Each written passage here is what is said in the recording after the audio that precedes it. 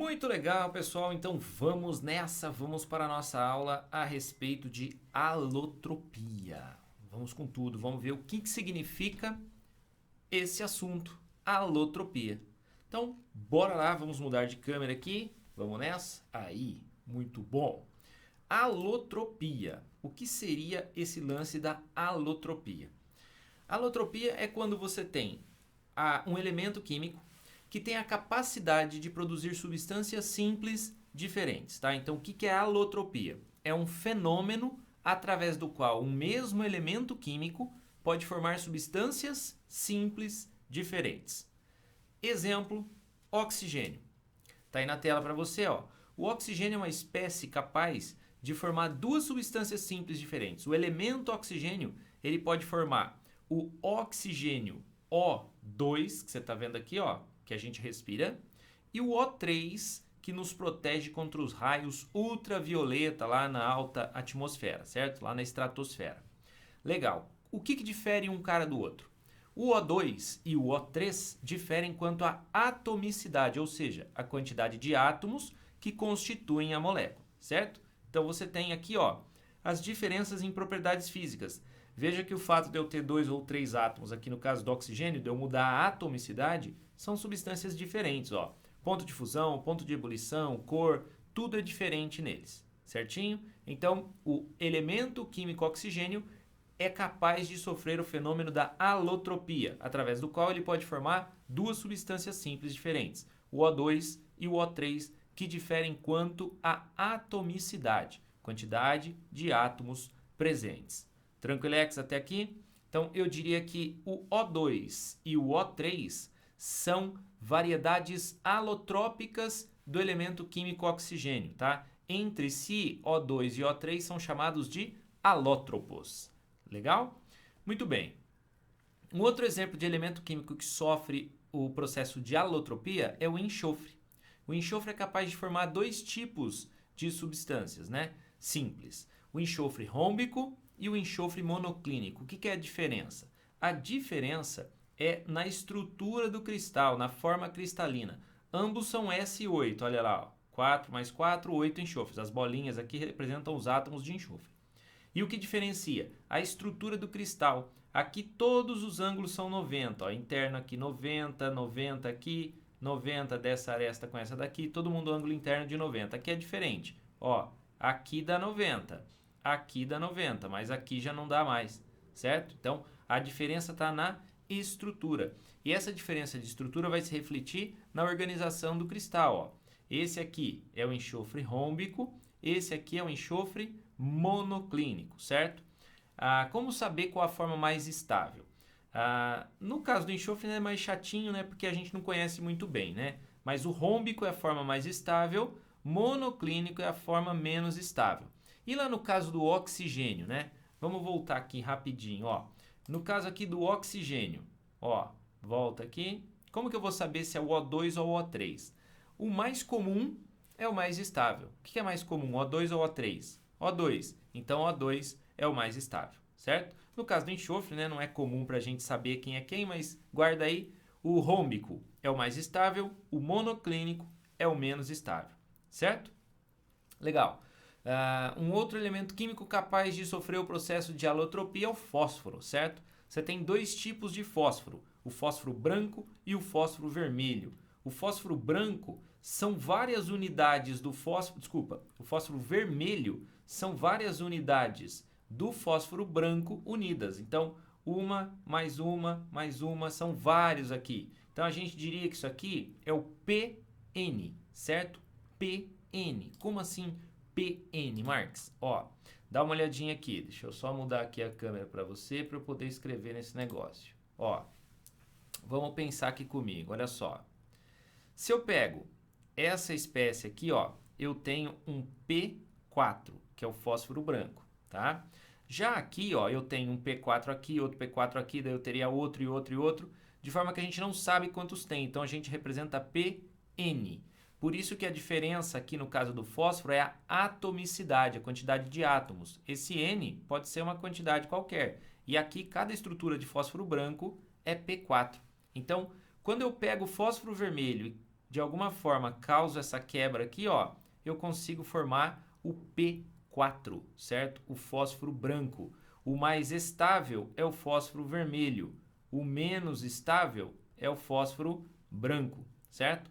O fósforo vermelho é aquele que você tem na lixa da caixa de fósforo e não no fósforo em si, tá? Deixa eu mudar aqui novamente para a gente explicar melhor para você. Ó, mudando aqui.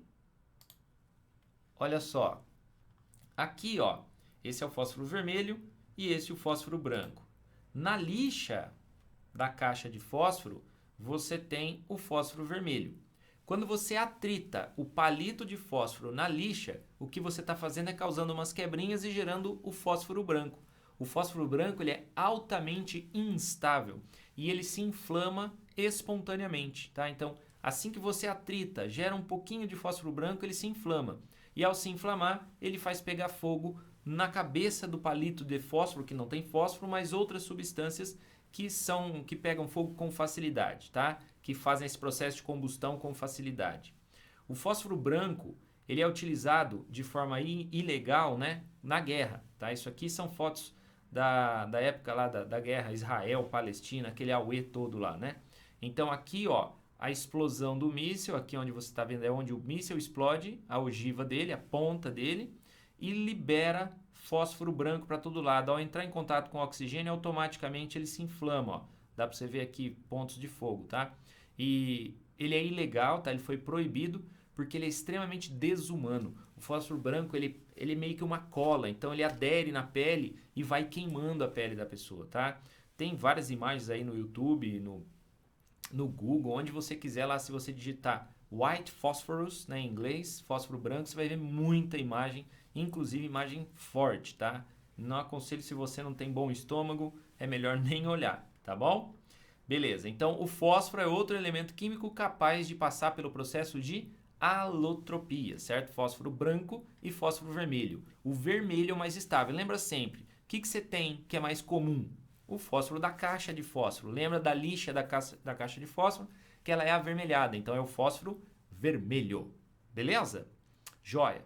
Outro elemento capaz de fazer o processo de alotropia, passar pelo fenômeno da alotropia, é o carbono. O carbono ele pode formar alguns alótropos, certo? Dentre os mais importantes, os que mais são comuns, é o grafite e o diamante. Dá uma olhadinha na estrutura de cada um desses caras aqui, ó. Aqui está a estrutura do grafite. Veja que você tem hexágonos ligados entre si.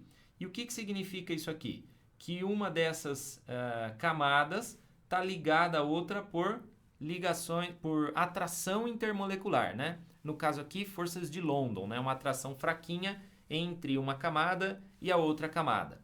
Já no diamante, todos os carbonos estão ligados uns aos outros. E isso dá uma rigidez muito grande. Por isso, o material mais duro que a gente conhece é o diamante, certo? Por essa estrutura rígida que ele forma. Se a gente for analisar um pouquinho melhor, ó, lá no caso do grafite, nós temos todos os carbonos em estrutura sp2, certo? Todos eles em estrutura sp2. Deixa eu mudar aqui, ó, para você enxergar um pouquinho melhor o que eu quero dizer. Ó, mudando aqui a câmera, dá uma olhada nisso aqui, ó. Todo carbono que tem aqui, ó, ele é carbono do tipo sp2. Faz uma dupla e duas simples. Pode olhar todos os carbonos, uma dupla, duas simples. sp2. Já os carbonos aqui no caso do diamante são sp3, certo? Hibridização sp3. É o carbono tetraédrico, certo? Tetraédrico, certo? Tetraédrico. Beleza? Geometria tetraédrica. E aqui é o carbono trigonal plano. Trigonal plano. Geometria trigonal plana. Certinho? O ângulo aqui, ó, 120 graus entre esses carbonos, tá? Sempre 120 graus. E aqui o ângulo ideal lá do 109 graus. Nossa, ficou horrível isso aqui, só um minutinho. 109, professor. 9 graus e 28 minutos, certo? O ângulo do carbono tetraédrico, tá bom?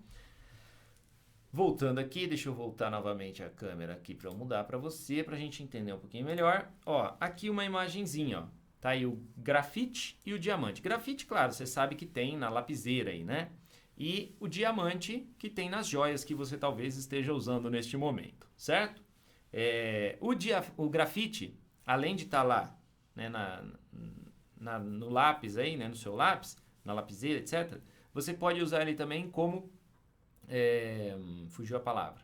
Lubrificante, tá? É muito comum, por exemplo, no vidro do carro, quando ele está enroscando, passar o grafite em pó. Ele é um lubrificante por quê? Exatamente por causa da estrutura que você viu, que é uma camadinha em cima da outra. Essa camada, elas deslizam com muita facilidade uma em cima da outra. Por isso essa capacidade aí do diamante, do grafite, de ser utilizado como sendo um lubrificante, porque uma camada desliza sobre a outra, tá? O carbono ainda tem outros alótropos, que agora que a gente começa a falar um pouco mais, né, especialmente o grafeno, né? Então, grafeno e fulereno, outros alótropos para o carbono. O fulereno é essa estrutura que você está vendo que parece uma bola de futebol, certo? Ó, com pentágonos e hexágonos. São 60 carbonos no fulereno para formar essa figura que você está vendo que parece uma bolinha de futebol, tá? Já o grafeno é uma única camada do grafite e é um material extremamente resistente e que tem sido descobertas várias e várias aplicações para ele. Dá uma olhada, ó. Uma das aplicações, aumentar a duração da bateria dos celulares, tá? Isso seria ótimo, né? Porque a gente está conectado o tempo todo. Uma outra coisa que ele pode ajudar, na verdade, aqui já testes, né?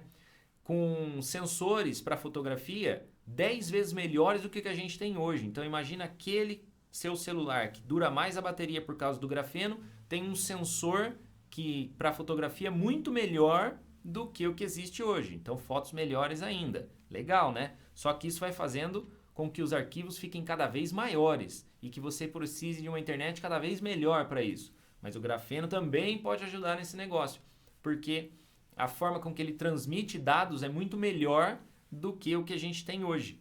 E tudo isso graças a processadores cada vez melhores que o grafeno também pode ajudar. E empresas aí como a IBM, por exemplo, já criou alguns protótipos de chip de computador que mistura o silício com o grafeno. O silício hoje é o que é mais utilizado para fazer os chips de computador, tablet, celular e etc. Certo? E agora, com essa capacidade de que ele seja mais rápido ainda, tudo isso faz com que a evolução científica seja ainda mais rápida, o que é muito legal para nós. Certo? Então, galera, ó, retomando, o que é o fenômeno da alotropia? A alotropia é um fenômeno através do qual o mesmo elemento químico pode formar substâncias simples diferentes. Que a gente falou do quê? Do oxigênio, pode formar o O2 e o O3. O que você tem mais? O2. Então, o O2 é mais estável que o O3. Depois a gente falou do enxofre, rômbico, monoclínico. Diferença na estrutura do cristal, certo? Então, o enxofre rômbico é aquele, parece uma caixa de sapato, e o monoclínico se eu fizer assim com a caixa de sapato, certinho? Falamos do fósforo, você tem o fósforo vermelho e o fósforo branco. Lembra, o que é mais comum? Ah, o vermelho. Então, o vermelho é mais estável, o branco é o menos estável, certo? Diferença, atomicidade. Lá no enxofre, diferença na estrutura cristalina. E o carbono, você viu aí que a diferença também está na estrutura, certo? O carbono pode formar vários tipos de alótopo, dentre os principais diamante e grafite, né? O que é mais comum? Ah, grafite. Então, grafite é mais estável. O grafite são hexágonos formando vários planos e esses planos se atraem por forças intermoleculares, correto?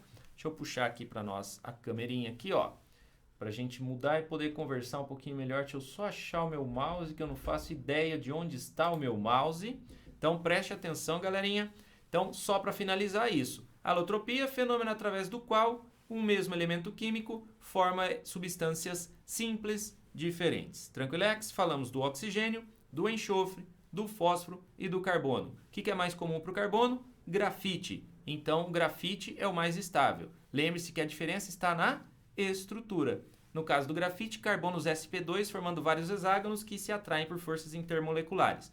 No caso do diamante, o carbono é sp3 e forma tetraédrica, os carbonos ligam-se entre si, que explica alta dureza no caso aí do diamante. Tranquilex? Belezinha? Espero que vocês tenham entendido essa aula aí e vamos com tudo, galera. Qualquer dúvida, deixe com a gente. Grande abraço e a gente se vê numa próxima aula, hein? Goodbye, como eles dizem lá. Tchau, tchau.